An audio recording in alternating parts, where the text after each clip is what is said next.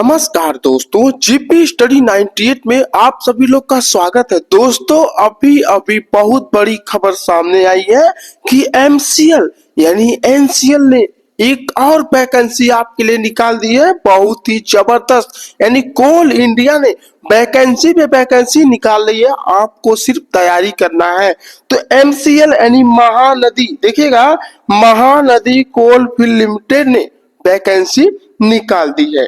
ठीक है, चलिए आगे मैं आपको जानकारी देता हूं। देखिए क्या है कि भारत सरकार का एक उपक्रम कोल इंडिया लिमिटेड की अनुषंगी company Mahanadi Coal Field Limited में निम्नलिखित पदों के लिए भारत के योग्य नागरिकों में ऑनलाइन आवेदन आमंत्रित करता है। ठीक है, पात्रता मानदंडों को पूरा करने वाले उम्मीदवार केवल ऑनलाइन मोड के माध्यम से आवेदन प्रस्तुत कर सकते हैं। यानी जो वैकेंसी निकाली है उसको क्वालिफाई करने के लिए, यानी आपके पास यदि डिग्री या डिप्लोमा है, जो भी यह डॉक्यूमेंट मांगा है यदि आपके पास है, तो आप फॉर्म को भरने के लिए क्या है, अवेलेबल है।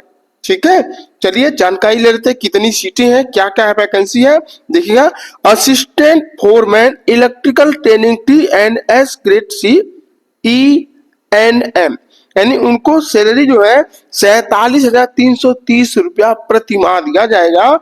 और देखिएगा जनरल के लिए सीट है आपका 60 और EWS के लिए 15, SC के लिए 24, ST के लिए 33, OBC के लिए 18 है। टोटल वैकेंसी 150 है। ठीक है, अब देखिए जो डिप्लोमा की है इसको भर सकते हैं। जो नीचे technician electrician training category 3 ENM, जो भी स्टूडेंट ITI किए हैं उनके लिए रामबाण वैकेंसी है। ठीक है, तो इसमें क्या आपको 1583 रुपया प्रतिदिन मिलेगा।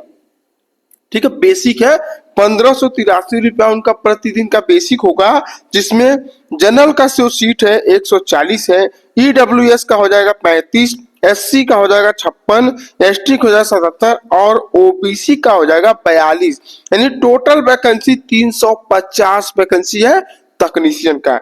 ठीक है, चलिए आगे देखते हैं, आपको मैं जानकारी देता हूं, देखिएगा ध्यान से क्या क्या है जानकारी में। Assistant foreman electrical training TN, ठीक है, ज्यादा जानने की जरूरत नहीं है।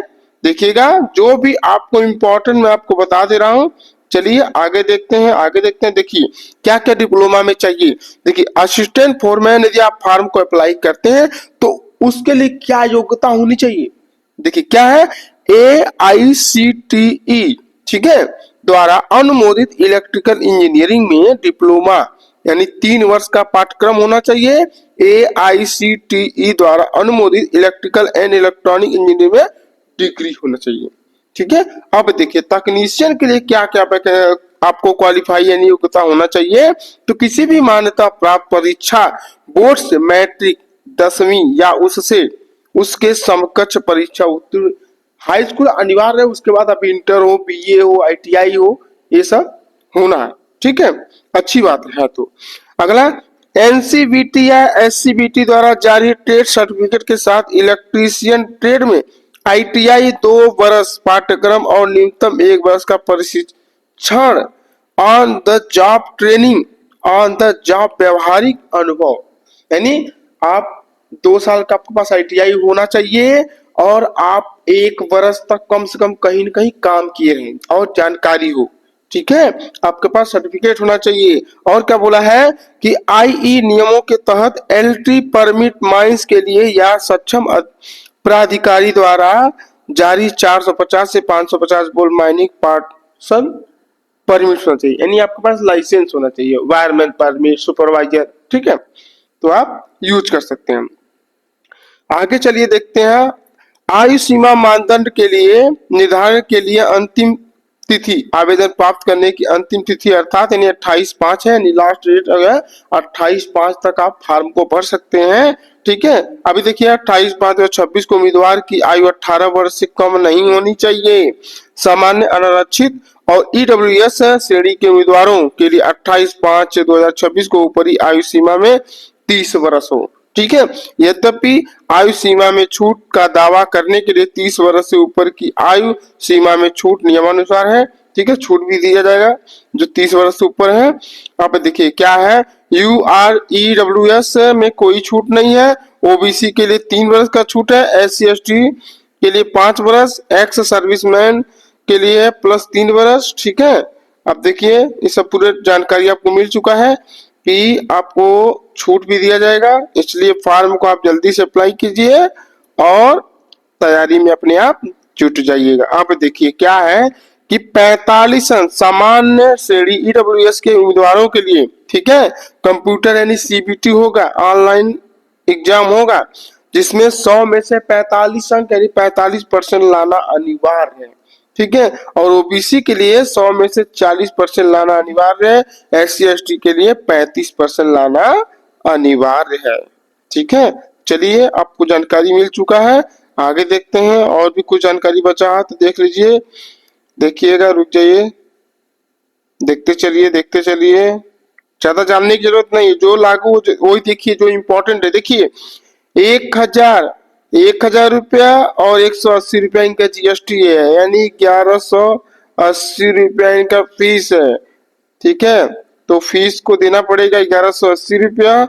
अब देखिए फॉर्म कब से अप्लाई होगा ये देख लीजिए, आप लोग ध्यान से देखिएगा, दिखा रहा हूं मैं आपको, देखते चलिए।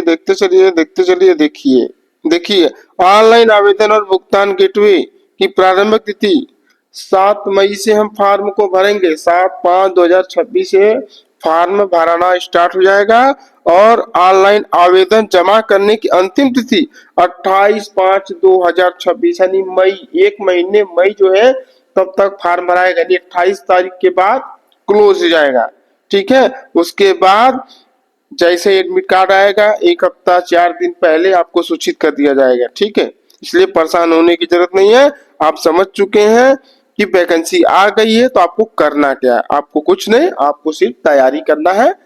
और मैं आपको अपने चैनल पर GP स्टडी 98 के चैनल पर मैं तैयारी कराता हूं, और मैं थ्योरी का क्वेश्चन हो, मैथ, रीजनिंग, जीके, जीएस कुछ भी हो, मैं सभी के सभी तैयारी कराता हूं। आप मेरे चैनल पे हैं तो चैनल को आप सब्सक्राइब जरूर कर लीजिएगा।